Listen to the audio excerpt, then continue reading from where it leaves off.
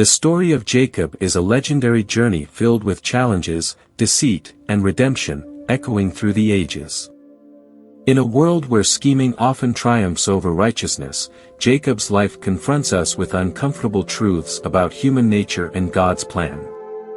Have you ever wondered how God can use imperfect people to fulfill His will? Get ready for a story that will challenge your views on justice and mercy as we explore the surprising origins of a chosen nation. The story begins in Genesis 25 verse 21, where a couple is introduced, facing difficulty. Isaac prays to God because his wife, Rebekah, is unable to have children. God answers Isaac's prayer, and Rebekah becomes pregnant. In ancient times, being childless was considered a curse, and Rebekah carried this burden for 20 years. Can you imagine the despair that must have overwhelmed their hearts, knowing they had received promises from Abraham but still could not have a child? However, God responds to Isaac's prayer, but not in a simple way. In Genesis 25 verses 22 to 23, Rebekah feels the babies struggling within her and, confused, asks God what is happening. God answers her, saying, "Two nations are in your womb, and two peoples will be separated from your body, one people will be stronger than the other, and the older will serve the younger." This is a prophetic declaration, foreshadowing not only the conflict between Rebekah's two sons but also the future struggle of nations. As Rebekah's pregnancy progresses, God establishes an upside-down order: the older will serve the younger. Even in the womb, He sets a pattern that will challenge human prejudices. When the time came, Rebekah gave birth to two sons, and they had starkly different characteristics. Genesis 25 verses 24 to 26 describes this scene. The first to be born was red, and his whole body was like a hairy garment, so he was named Esau. The second came out, holding on to his brother's heel, and was named Jacob. Isaac was 60 years old when Rebekah gave birth to them. The differences between the two boys were evident from birth. Esau, the firstborn, had a red complexion and a rugged, hairy body, symbolizing a rough, strong character easily swayed by emotions. Jacob, in contrast, was persistent and clever, always holding on to his brother, an image representing his shrewdness and determination. As the brothers grew, their differences became more pronounced. According to Genesis 25 verses 27 to 28, Esau became a skilled hunter, a man who loved the outdoors, while Jacob preferred the peaceful life at home. Isaac, who was fond of wild game, loved Esau, but Rebekah had a special affection for Jacob. Esau represented the ideal of a strong, warrior-like man, while Jacob displayed the opposite qualities, favoring quietude and family life. The parents' favoritism towards each son reflected these differences, with Isaac favoring Esau and Rebekah favoring Jacob. This favoritism sowed the seeds of conflict, a timeless lesson about the dangers of favoring one child over another. The relationship between the two brothers truly begins to change when a seemingly small event has a profound and lasting impact. In Genesis 25 verses 29 to 34, Jacob is cooking a pot of lentil stew when Esau returns from the fields, exhausted and famished. He asks Jacob for a bowl of red stew, and that is why Esau is also called Edom, meaning red. Jacob responds by saying, "First, sell me your birthright." Esau, in his hunger and weariness, exclaims, "I am about to die, what good is the birthright to me?" Jacob seizes the opportunity and demands that Esau swear to sell his birthright. Esau, not thinking of the long-term consequences, swears and sells his birthright to Jacob. Then, Jacob gives Esau a bowl of stew and some bread, and Esau eats, drinks, and leaves, despising his birthright.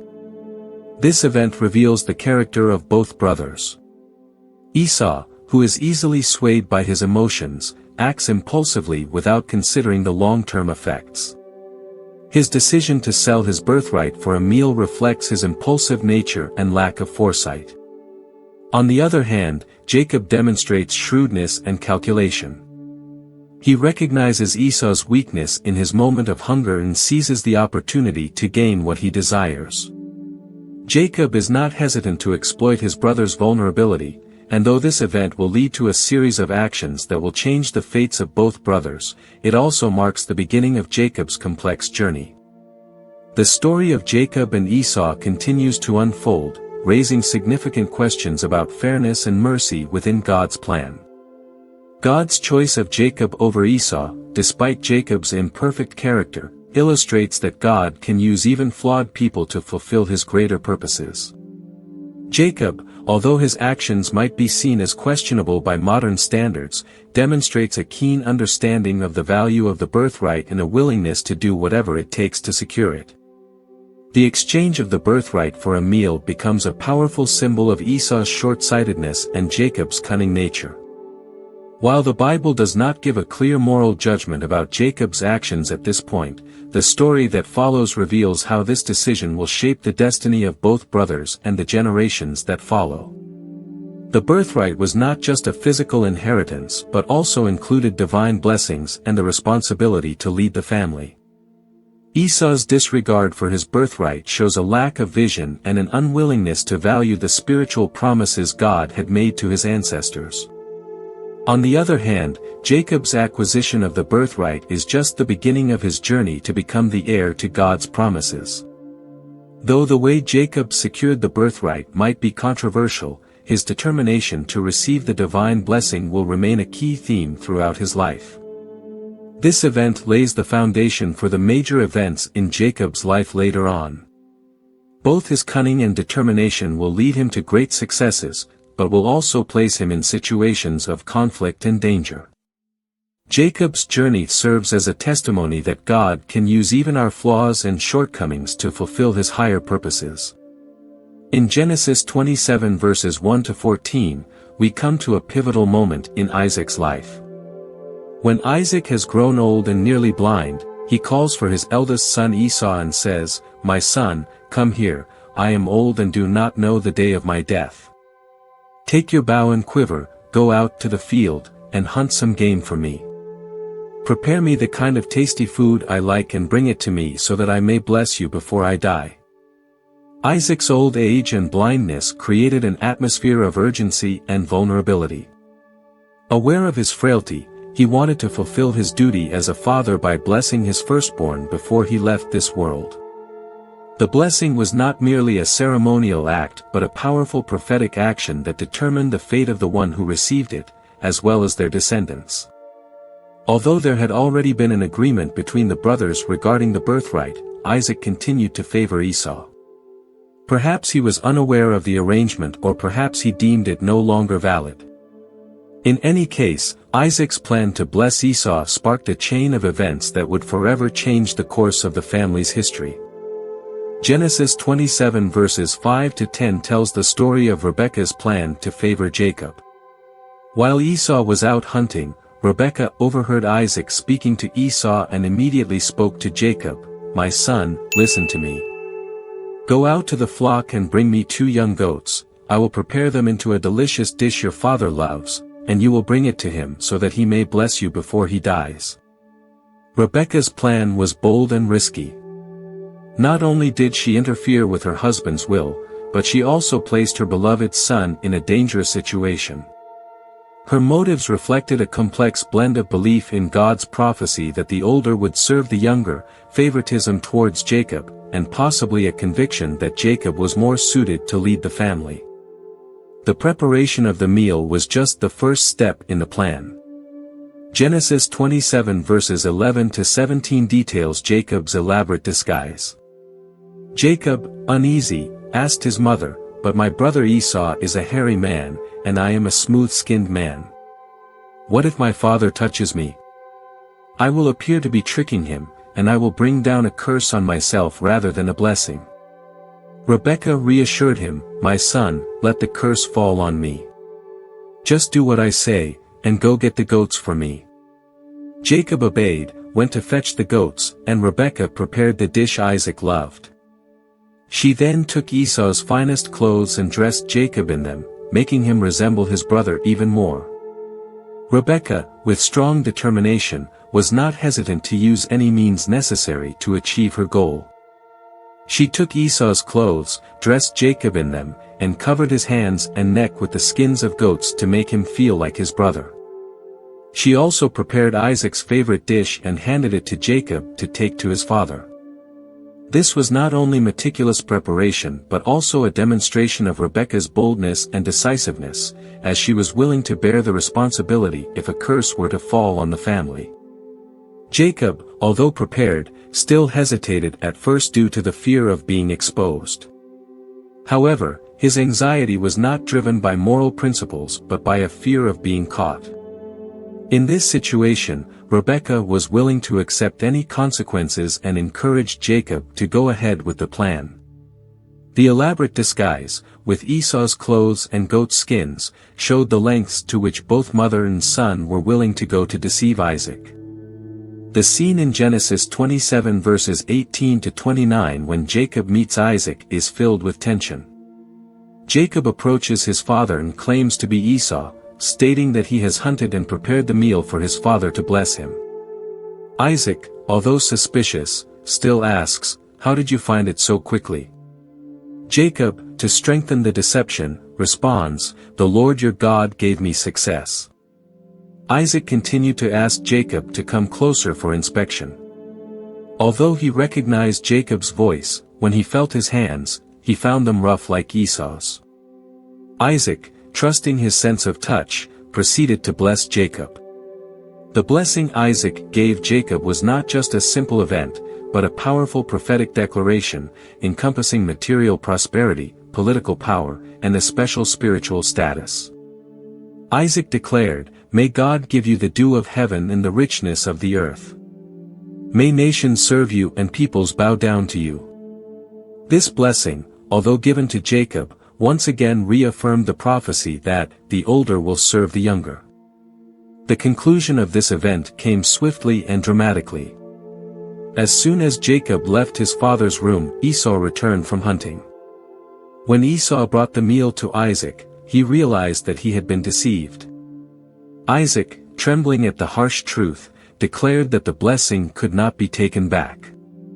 When Esau cried out to his father, asking him to bless him as well, Isaac explained, "Your brother came deceitfully and took your blessing." Isaac realized that the blessing, once spoken, could not be undone because it was a prophetic word, not just a simple wish. Esau, in pain and frustration, felt betrayed. He believed Jacob had taken advantage of him once again, not only stealing the birthright but also taking the blessing that was rightfully his. Esau exclaimed in utter despair, "He is truly called Jacob, for he has deceived me these 2 times. He took my birthright, and now he has taken my blessing." Esau could not help but ask Isaac, "Father, is there not a blessing left for me?" His question, full of pain and helplessness, reflected the profound disappointment of facing a reality that could not be changed. Isaac's response was equally emotional and sorrowful. While he could not take back the blessing, the rift within the family was now undeniable. While Jacob received all the power and blessings, Esau was left with nothing but resentment and anger. These events not only altered the destinies of the 2 brothers but also set the stage for an ongoing struggle between generations in Isaac's family. The actions of Rebekah and Jacob, though full of cunning and deception, can be viewed through the lens of God's divine plan, as if everything had been predestined according to God's purpose. Esau, after realizing the deep loss he had suffered, cried out in utter agony. He had never fully understood the value of his birthright until now, but now he saw that he had lost something precious. Pleading with his father for a blessing, even if it was a small one, Esau revealed his despair. Isaac, although unable to retract the blessing given to Jacob, did not want to cause further harm to Esau. Therefore, he gave Esau a second blessing. Though it was not as great as the one given to Jacob, it still contained some promises. "You will live away from the richness of the earth, away from the dew of heaven.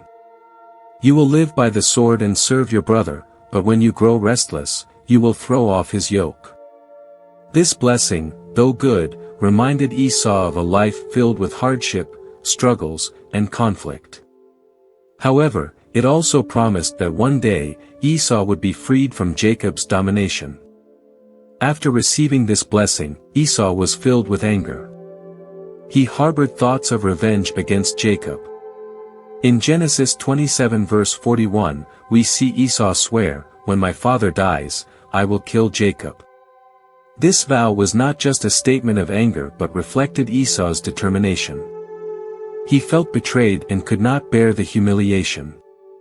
When Rebekah learned of Esau's plan for revenge, she immediately took action to protect Jacob.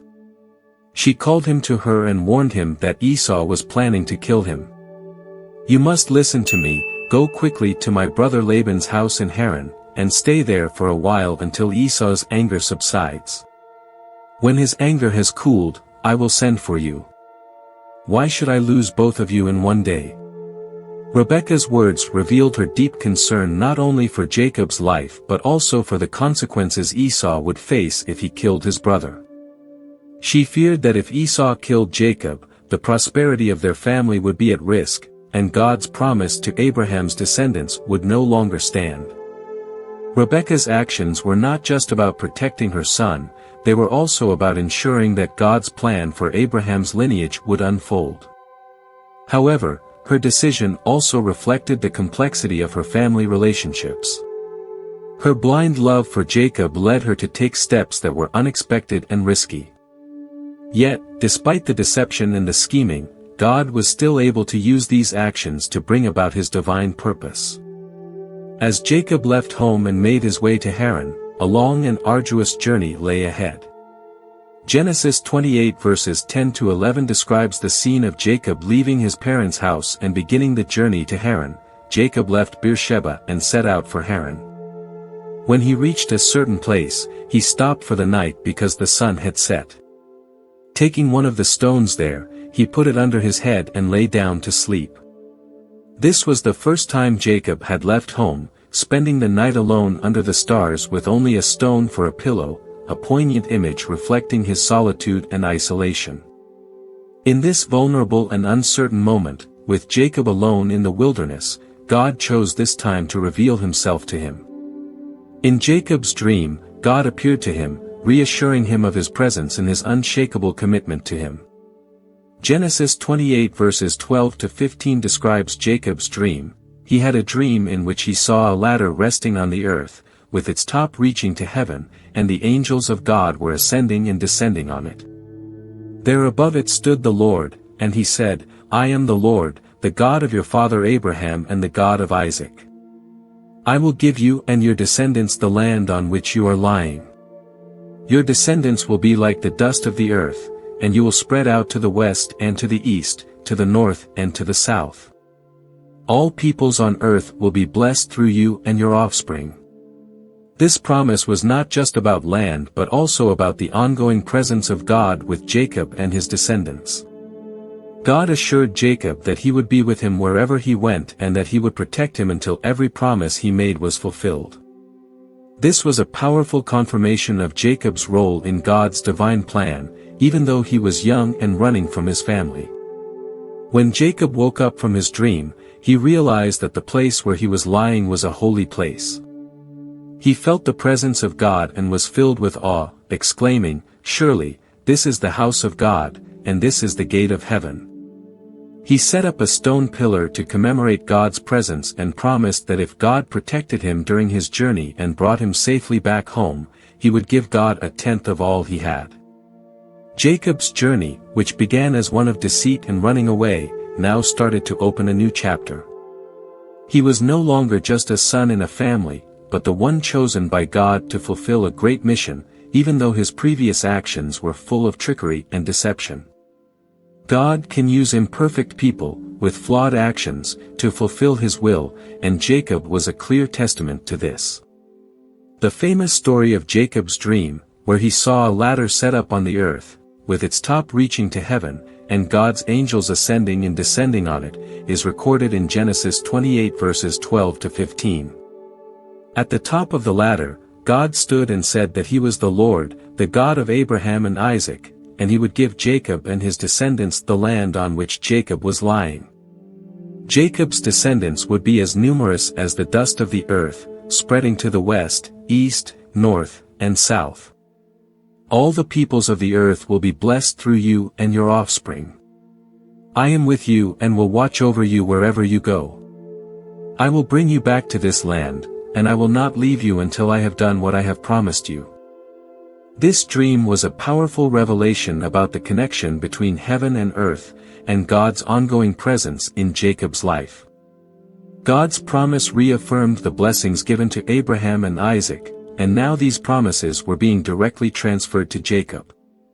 After waking from the dream, Jacob was filled with fear and exclaimed, "Surely the Lord is in this place, and I did not know it." He realized the sacredness of where he was lying and called the place Bethel, formerly Luz, declaring it to be the house of God, the gate of heaven. The next morning, Jacob took the stone he had used as a pillow and set it up as a pillar, pouring oil on it. He named the place Bethel, and made a vow to God. Jacob said, "If God will be with me, protect me on this journey, provide me with food to eat and clothes to wear, and bring me back safely to my father's house, then the Lord will be my God, and this stone I have set up as a pillar will be God's house. And of all that you give me, I will give you a tenth." This vow marked the beginning of a personal relationship between Jacob and God. It was the first time Jacob acknowledged God not only as the God of his ancestors, but as his own God, marking a turning point in his spiritual life. After continuing his journey, Jacob arrived in Haran, where he met Rachel at a well, a significant encounter that mirrors earlier family stories, such as Abraham sending his servant to find a wife for Isaac. When Jacob arrived in Haran, he saw a well with 3 flocks of sheep resting nearby, as the flocks would come to drink from it. A large stone covered the mouth of the well, and the shepherds had to wait until all the flocks gathered before they could roll the stone away to water the sheep. Jacob asked the shepherds, "Where are you from?" They replied, "We are from Haran." Jacob then asked, "Do you know Laban, the son of Nahor?" "Yes," they replied, "Laban is well, and here comes his daughter Rachel, with his sheep."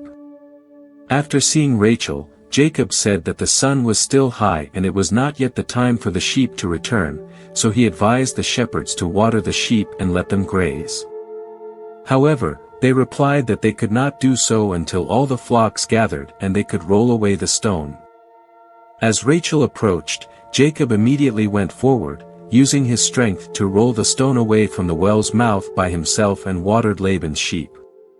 Afterward, Jacob looked at Rachel, and overwhelmed with emotion, he kissed her and wept aloud.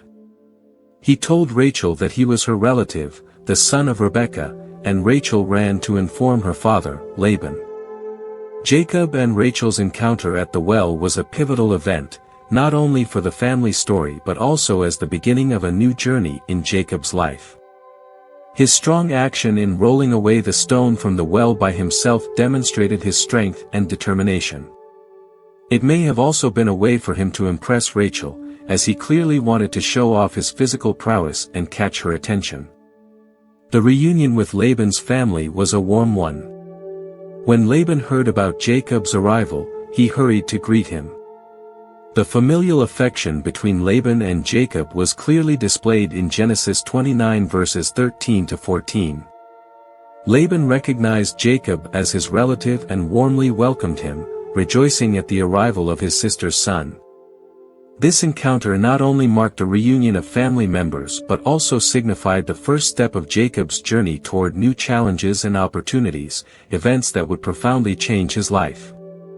Throughout his journey, Jacob would face many trials, but from this moment onward, the presence of God and the promises he made to Jacob would serve as a solid foundation for the decisions and actions Jacob would take in the future. When Jacob arrived in Haran, Laban, his uncle, ran out to meet him and greeted him with a warm embrace and a kiss.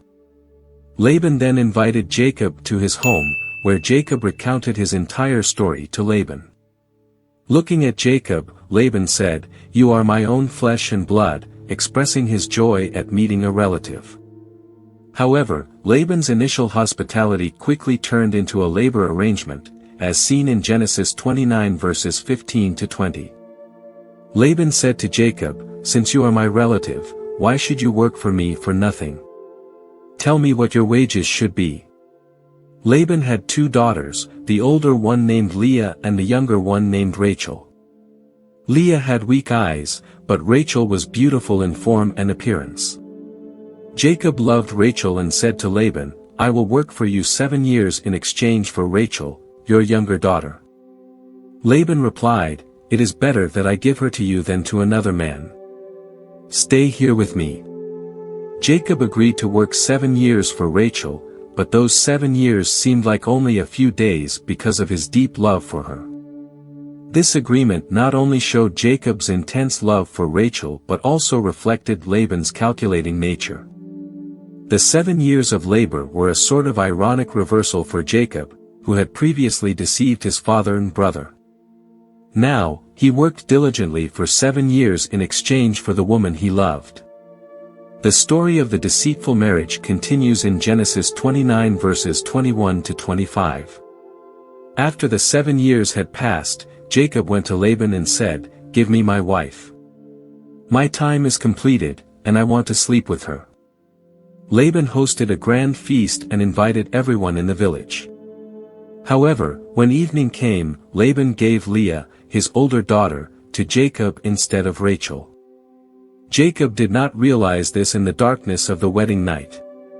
The next morning, when he woke up, he saw Leah beside him and was greatly surprised, saying to Laban, "What have you done to me? I worked for you 7 years for Rachel, why have you deceived me?" The irony of this situation is striking, as Jacob, who had deceived his blind father, was now deceived on his wedding night. Laban replied, "We do not have the custom of giving the younger daughter in marriage before the older one. Complete the wedding week with Leah, and I will give you Rachel also in return for another 7 years of work." Jacob agreed to the arrangement and completed the wedding week with Leah. Then, Laban gave Rachel to Jacob as his wife and also gave Bilhah, Rachel's maidservant, to her as a servant. Jacob married Rachel and loved her more than Leah. As a result, Jacob had to work for Laban another 7 years. Thus, Jacob married 2 sisters, a situation that would create tensions and rivalry between the wives. Jacob's preferential love for Rachel was similar to the favoritism his parents showed toward his brothers, leading to a cycle of conflict within the family. The children of Jacob were born amid this rivalry, as described in Genesis 29 verses 31 to 35 and 31:24. Leah bore Reuben, Simeon, Levi, and Judah. Since Rachel was unable to have children, she gave her maidservant Bilhah to Jacob as a secondary wife, and Bilhah bore Dan and Naphtali. When Leah saw that she had stopped bearing children, she gave her maidservant Zilpah to Jacob, and Zilpah bore Gad and Asher. Later, Leah had more children, giving birth to Issachar and Zebulun. Finally, Rachel conceived and bore Joseph. The story of the births is filled with tension and rivalry between the 2 sisters. Each wife wanted to win Jacob's affection through the children she bore. The names they gave to the children often reflected the mother's emotions and hopes. Through this competition and strife, Jacob gradually went from being a single young man to becoming the head of a large, complicated family with many wives and children. The 7 years in Haran changed Jacob, transforming him from a young bachelor into a mature man with a large and complex family. The family conflicts, hard work, and past mistakes began to have clear consequences. However, amid these challenges, God's promise to make Jacob into a great nation was gradually being fulfilled. When Rachel bore Joseph, Jacob felt it was time to leave Haran and return to his homeland. He said to Laban, "Let me go, for I have worked for you long enough. Give me my wives and children, and I will depart, for you know how hard I have worked for you." However, Laban did not want to lose Jacob, as he realized that his wealth and prosperity were due to Jacob's presence. Therefore, Laban said to Jacob, if I have found favor in your eyes, please stay. I have learned by divination that the Lord has blessed me because of you." Thus, the story of Jacob continued, and the ongoing confrontations between Jacob and Laban would lead to important decisions and major changes in Jacob's life. Laban recognized that Jacob's prosperity had brought him wealth and said, "I know the Lord has blessed me because of you." Laban realized that Jacob's success had benefited him, so he offered to pay Jacob whatever wage he desired. This negotiation was not just about money, but also reflected the complicated relationship between the two men. Jacob, with his wisdom and cleverness, made an agreement that seemed disadvantageous for him, requesting only the speckled or striped sheep. However, through God's intervention, Jacob succeeded in increasing his wealth by selectively breeding livestock and gradually became very wealthy. After some time, Laban's sons began to feel jealous and angry at Jacob's prosperity.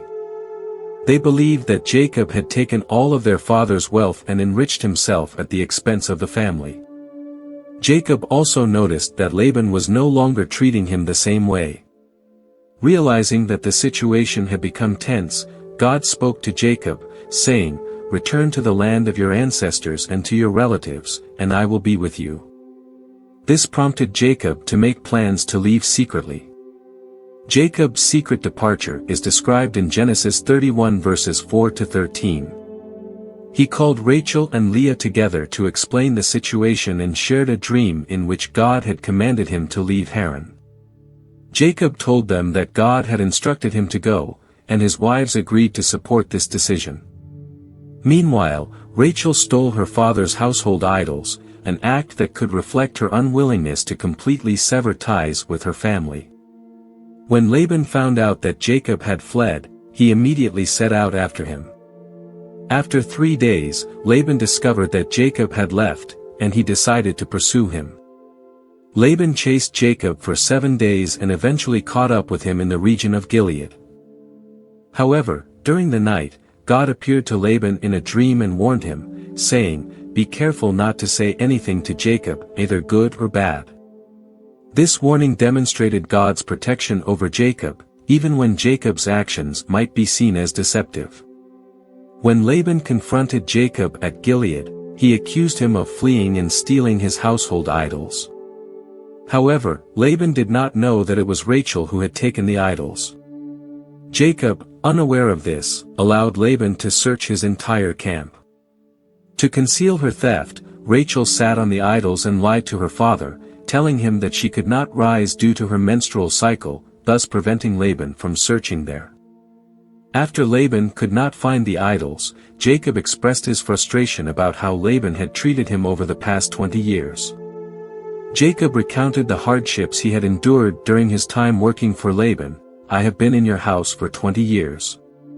Your sheep and goats have not miscarried, and I have not eaten the rams from your flock. I have not brought you animals torn by wild beasts, I bore the loss myself. You demanded payment from me for anything stolen by day or by night. It was hot by day and cold by night, and I could not sleep because of my hard work. For 20 years, I worked for you, 14 years for your 2 daughters and 6 years for your flocks, but you changed my wages 10 times. Jacob continued, "If the God of my father, the God of Abraham and the fear of Isaac had not been with me, surely you would have sent me away empty-handed. But God saw my hardship and the work of my hands, and last night he rebuked you." This moment marked a significant turning point in Jacob's life, as he stood up for himself and his righteousness before Laban, asserting that it was only by God's intervention that he was able to leave Haran with his family and possessions. This confrontation also set the stage for the next phase of Jacob's journey, one that would continue to be shaped by divine guidance and promises. Jacob's emotional speech reflects his deep sense of injustice and his faith in God's intervention in his life. Following this conversation, Jacob and Laban made a covenant, recorded in Genesis 31 verses 43 to 55. They set up a pile of stones as a witness, promising not to harm each other. Laban called the pile Jagar-Sahadutha, while Jacob named it Galeed, meaning heap of witness. This marked a reconciliation, though neither side fully trusted the other anymore. After parting ways with Laban, Jacob began a new chapter in his life, leaving Haran no longer as a young man but as the head of a large and prosperous family. His encounter with angels at Mahanaim, mentioned in Genesis 32 verses 1-2, served as a spiritual preparation for the challenges ahead. When Jacob saw the angels, he said, "This is the camp of God," and he called the place Mahanaim. This meeting was a clear sign of God's presence and protection, a reminder that God was with him even in times of difficulty. As Jacob prepared to meet his brother Esau, he sent messengers ahead to announce his return. However, when the messengers came back with the news that Esau was coming with 400 men, Jacob became extremely afraid. In his anxiety, he decided to divide his camp into two groups, thinking that if Esau attacked one, the other could escape. Jacob prayed to God, saying, "O God of my father Abraham, God of my father Isaac, the God who said to me, 'Return to your country and your relatives, and I will make you prosper,' I am unworthy of all the kindness and faithfulness you have shown your servant. I had only my staff when I crossed this Jordan, but now I have become two camps. Save me, I pray, from the hand of my brother Esau, for I am afraid he will come and attack me, and also the mothers with their children." In this prayer, Jacob expressed both his fear and his acknowledgement of God's promise, recognizing his unworthiness. Jacob also prepared a large gift to present to Esau, hoping to appease his brother's anger. This was the final preparation before the meeting Jacob had been dreading for 20 years. One of the most significant and mysterious events in Jacob's life was his wrestling with an angel at Peniel, Genesis 32 verses 23-32. One night, Jacob woke up and led his wives, servants, and children across the Jabbok River, staying behind alone. There, a mysterious figure appeared and wrestled with Jacob until dawn. This wrestling match was not just a physical contest but also an internal struggle for Jacob, between his deceitful past and his hopeful future. When the man saw that he could not overpower Jacob, he touched the socket of Jacob's hip so that his hip was wrenched. Despite being injured, Jacob refused to let go, pleading, "I will not let you go unless you bless me." The figure asked Jacob, "What is your name?" Jacob replied, "Jacob." The figure then said, "Your name will no longer be Jacob, but Israel, because you have struggled with God and with humans, and have overcome." This wrestling match marked a profound transformation in Jacob's identity. From a deceiver, Jacob means supplanter, or deceiver, to one who wrestles with God and men and is blessed by God. This event was not only a turning point in Jacob's life but also a symbolic moment in which he received a new identity, Israel, signifying his struggle, perseverance, and divine approval. It was a powerful reminder that God's plans for Jacob, and for the nation that would come from him, were far greater than his past mistakes or his fears for the future. After the wrestling match, Jacob left with a permanent sign of this divine encounter, a limp from the injury to his hip. This was not just a physical injury but a lifelong reminder of the transformation in his life, a mark that God had touched him and given him a new identity. Finally, the meeting Jacob had feared for 20 years arrived. The next morning, when Jacob looked up, he saw Esau approaching with 400 men. Jacob arranged his children in order. The maidservants and their children went first, then Leah and her children, and finally Rachel and Joseph were placed last. Jacob himself went ahead, bowing down to the ground 7 times as he drew near to his brother. This gesture was not only an expression of respect but also a desire for reconciliation. However, Esau's reaction was completely unexpected. Instead of becoming angry, he ran to meet Jacob, embraced him, threw his arms around his neck, and kissed him. The two brothers wept together, leaving behind the hatred and conflict that had existed for 20 years. This encounter was not only a relief to Jacob's anxieties but also a wonderful reconciliation between the two brothers. Esau not only forgave Jacob but also welcomed him with love and grace. This shows God's intervention in healing family relationships, and it was an important moment in Jacob's spiritual journey, where he realized that despite his past wrongs, through humility and love, peace and reconciliation could be achieved. The moment of reconciliation between Jacob and Esau was truly emotional and surprising.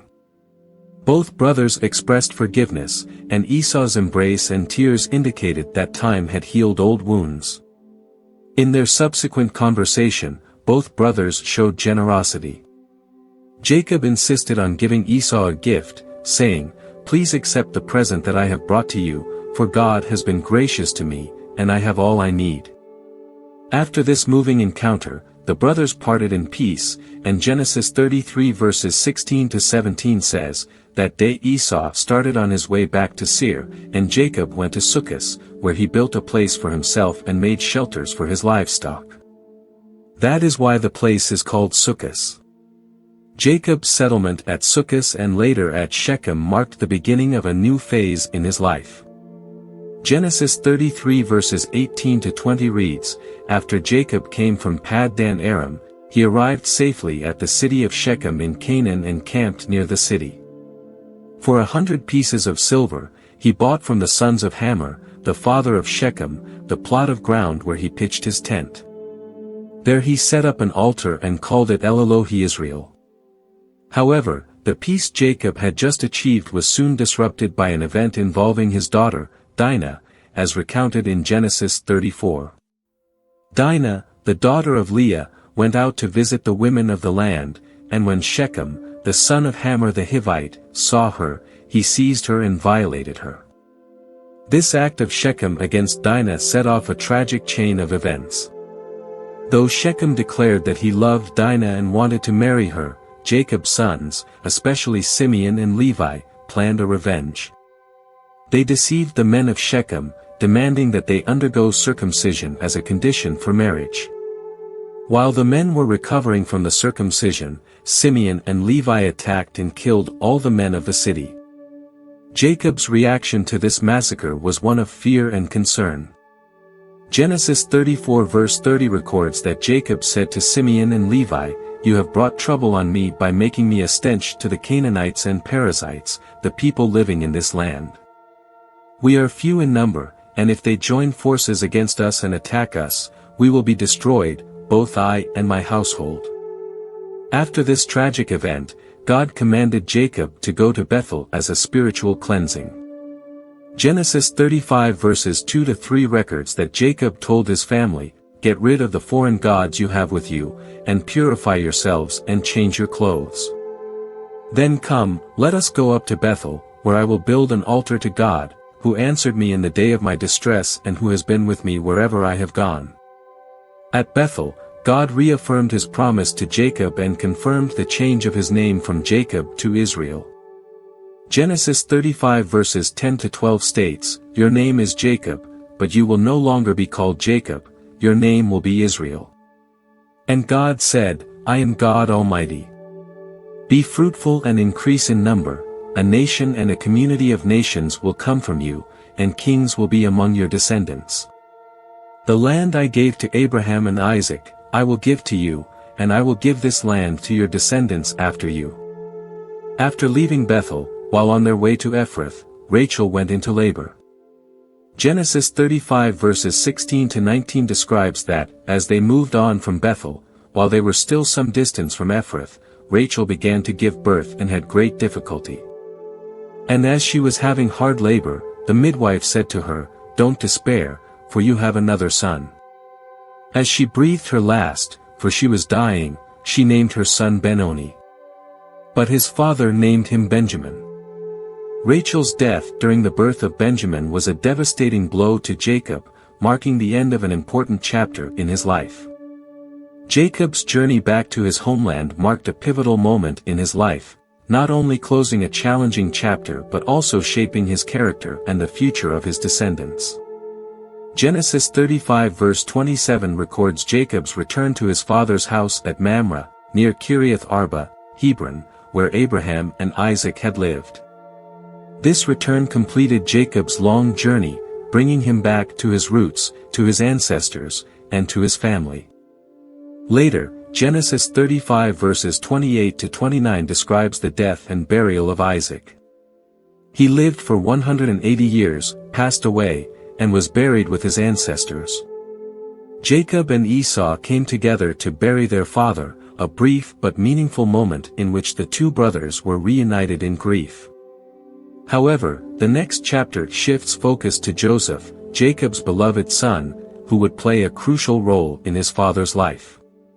Genesis 37 verses 3 to 4 states, Israel loved Joseph more than any of his other sons, because he had been born to him in his old age, and he made an ornate robe for him. Jacob's favoritism toward Joseph caused extreme jealousy among his brothers. They could not bear the thought that their father loved Joseph more than them, and their relationship with him became strained.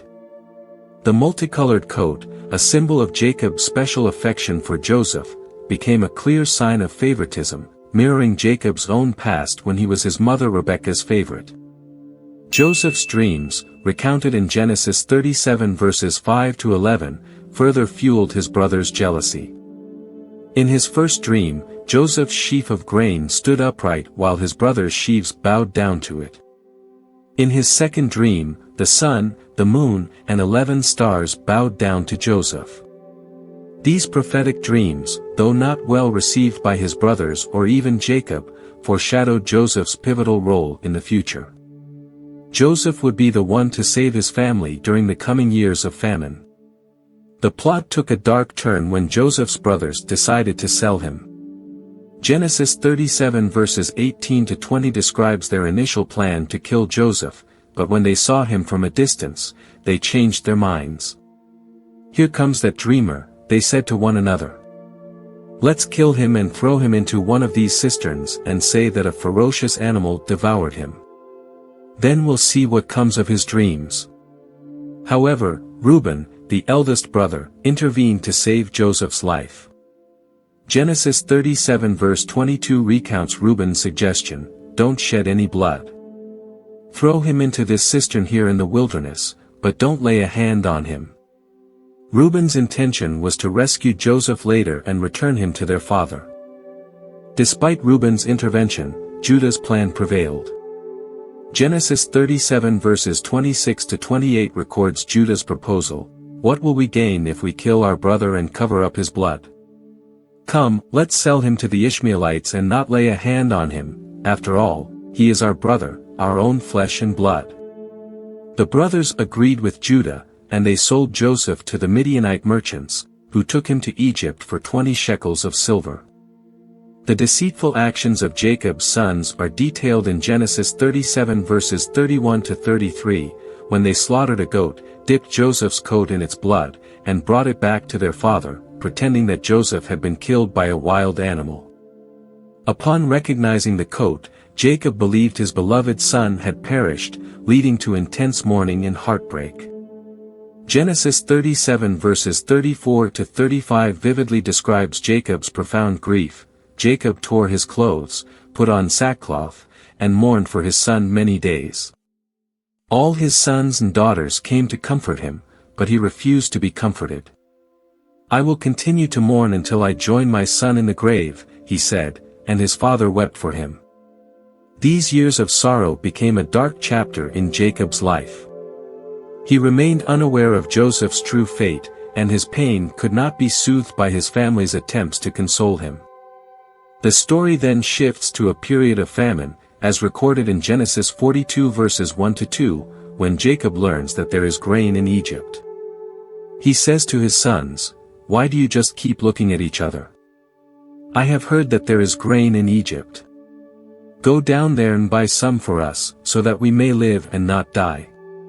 Despite his deep sorrow over the loss of Joseph, Jacob continued to care for his family, taking steps to ensure their survival during the difficult times of famine. In this context, the complicated and challenging relationship between Jacob and his sons, especially with Joseph, continues to unfold. The story of Joseph paints a picture of mercy, trials, and ultimately atonement and reconciliation within the family. The actions and decisions of the characters in this narrative not only affect their own fates but also the destinies of their descendants and the future of the nation of Israel. Jacob's decision to send his sons to Egypt to buy food sets off a series of events that will ultimately lead to the reunion of the family. However, Simeon's detention in Egypt and the demand for Benjamin, Rachel's beloved remaining son, to accompany them on the next trip created a difficult situation for Jacob. Genesis 42 verse 36 records Jacob's painful words, "You have deprived me of my children. Joseph is no more, Simeon is no more, and now you want to take Benjamin. Everything is against me." Jacob's reluctance to send Benjamin, the only remaining son of Rachel, is understandable, given the many losses he had already endured in his life. The second journey of the brothers to Egypt, now including Benjamin, is described in Genesis 43. Judah, Joseph's brother, persuades Jacob that he will ensure Benjamin's safety. Eventually, Jacob agrees, but with one condition. Genesis 43 verses 11 to 14 records that Jacob sends gifts such as balm, honey, spices, myrrh, pistachio nuts, and almonds, along with double the amount of silver to repay the silver that had been mistakenly returned to them during the previous trip. Jacob also prays, "May God Almighty grant you mercy before the man, so that he will let your brother Simeon come back with you, and that Benjamin may return with you." Jacob ends his prayer with a heart-wrenching statement, "As for me, if I am bereaved, I am bereaved." The revelation of Joseph's true identity to his brothers is one of the most touching moments in the Bible. Genesis 45 describes how Joseph, unable to control his emotions, finally reveals his identity to his brothers. Genesis 45 verses 9 to 11 states, "Now hurry back to my father and say to him, 'This is what your son Joseph says, God has made me Lord of all Egypt. Come down to me and don't delay. You shall live in the region of Goshen and be near me, you, your children and grandchildren, your flocks and herds, and all you have. I will provide for you there, because 5 years of famine are still to come.'" Joseph assures them that he will take care of the family during the remaining years of famine. This message from Joseph radically changed his brothers' understanding of his fate and showed them the depth of his forgiveness and providence. When Jacob's sons told him that Joseph was still alive and was the governor of Egypt, Jacob could not believe what they were saying. Genesis 45 verses 26 to 28 describes Jacob's astonishment. They told him, "Joseph is still alive, and indeed he is ruler of all Egypt." Jacob was stunned, he did not believe them. But when they told him everything Joseph had said to them, and when he saw the carts that Joseph had sent to carry him back, the spirit of Jacob their father revived. Israel said, "I am convinced my son Joseph is still alive. I will go and see him before I die." Jacob's reaction was understandable, as this news was so shocking and life-changing for him. However, after receiving confirmation from God in a vision, Jacob decided to go down to Egypt. Genesis 46 verses 2 to 4 recounts that God spoke to Jacob in a night vision, "Jacob, Jacob. I am God, the God of your father. Do not be afraid to go down to Egypt, for I will make you into a great nation there. I will go down to Egypt with you, and I will surely bring you back again, and Joseph will put his hand on your eyes." These words of encouragement from God gave Jacob comfort and renewed faith, helping him to courageously embark on this journey. Jacob's journey to Egypt culminated in an emotional reunion with Joseph. Genesis 46 verses 29 to 30 tells us that when Joseph saw his father, he threw himself upon him and wept for a long time. Israel said to Joseph, "Now I am ready to die, since I have seen for myself that you are still alive." This was the most touching moment in Jacob's life, as he was reunited with the son he thought he had lost, and finally, he could depart in peace. The stability of Jacob's family in the land of Goshen marked a new chapter in his life. Genesis 47 verses 7 to 10 describes the meeting between Jacob and Pharaoh. Joseph brought his father, Jacob, to meet Pharaoh. Pharaoh asked Jacob about his age, and Jacob replied, "The years of my pilgrimage are 130. My years have been few and difficult, and they do not equal the years of the pilgrimage of my ancestors." Then Jacob blessed Pharaoh, a gesture showing respect and acknowledgement of Pharaoh's special position in Egyptian history. Ultimately, the reunion between Jacob and Joseph was not only a touching family moment, but also the beginning of a new phase. Jacob and his family found stability in the land of Goshen, a place that God had prepared for them to live during the coming years of famine. Despite enduring much pain and hardship, Jacob's family was finally reunited, and Jacob could depart in peace, having seen his beloved son Joseph alive and in a position of great power in Egypt. Jacob's life was filled with profound moments of both triumph and struggle, marking a journey full of faith, reconciliation, and transformation. At 130 years old, Jacob stood before Pharaoh in Egypt and declared, "The years of my pilgrimage are 130, my years have been few and difficult, and they do not equal the years of the pilgrimage of my fathers." He then proceeded to bless Pharaoh before leaving his presence. These words reflect not only Jacob's acknowledgement of the hardships he had faced, but also a recognition of the profound impact those experiences had on his life. Despite the struggles he had endured, he had arrived at a place of peace, both spiritually and physically, during his final years in Egypt. The final 17 years of Jacob's life in Egypt were marked by a period of relative peace and prosperity.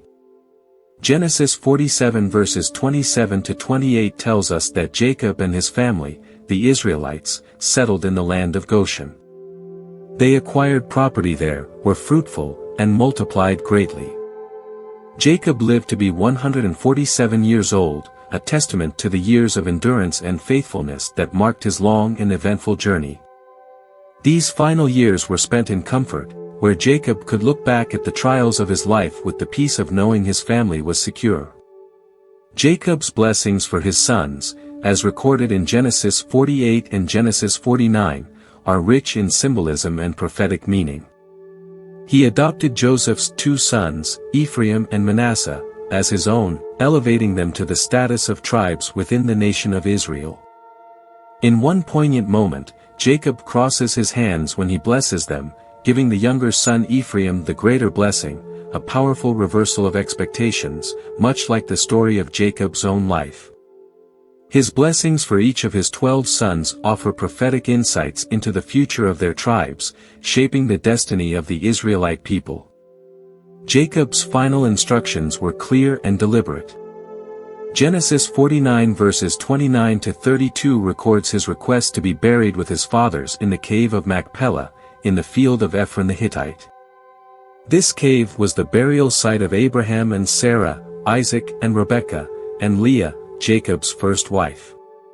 His request to be buried in this specific location underscored his desire to be part of the covenantal promises made to his ancestors, a symbol of his deep connection to the land of Canaan, the land promised to his descendants. When Jacob's time came, Genesis 49 verse 33 tells us that after giving his final instructions, he drew his feet up into the bed, breathed his last, and was gathered to his people. Joseph, deeply grieving, threw himself upon his father's body, weeping and kissing him. Joseph then ordered the Egyptian physicians to embalm Jacob, a process that took 40 days. The Egyptians mourned for Jacob for 70 days, honoring the patriarch's significance. His funeral procession to the cave of Machpelah, as described in Genesis 50 verses 7 to 13, marked the end of his earthly life but not the end of his legacy. Jacob's story, filled with struggles, deceit, loss, and reconciliation, stands as a testament to God's faithfulness and the complexity of the human experience. From his wrestling with God at Peniel to his years of turmoil within his family, Jacob's life demonstrates that even in the darkest of moments, God is at work, fulfilling his promises. Jacob's transformation, from a deceiver to a patriarch of Israel, shows that God can use our failures, our struggles, and our mistakes to fulfill his greater purpose. Jacob's journey is a powerful reminder that transformation is possible, even for those who have walked through years of hardship and mistakes. Reflecting on Jacob's life, we can ask ourselves, what lessons have we learned from his journey of faith? How does his story relate to our own walk with God? Just like Jacob, we too face struggles, doubts, and difficult decisions, but we are also called to trust in God's promises and to look forward to the transformation he can bring into our lives. Jacob's story teaches us that no matter how challenging our path may seem, God is faithful, and he works in the lives of those who trust in him. If this reflection has touched your heart, consider sharing it with someone who might need encouragement. Just as God worked in Jacob's life, he desires to work in your life too. Transformation is possible, and your story, just like Jacob's, is part of a greater narrative that God is writing. Stay connected, and let God continue to shape your journey. If you enjoyed this reflection, don't forget to subscribe to the channel and turn on notifications to catch more lessons from biblical characters. We'll continue exploring the lives of other figures in Scripture and the timeless lessons they offer for our own walks of faith. See you in the next video.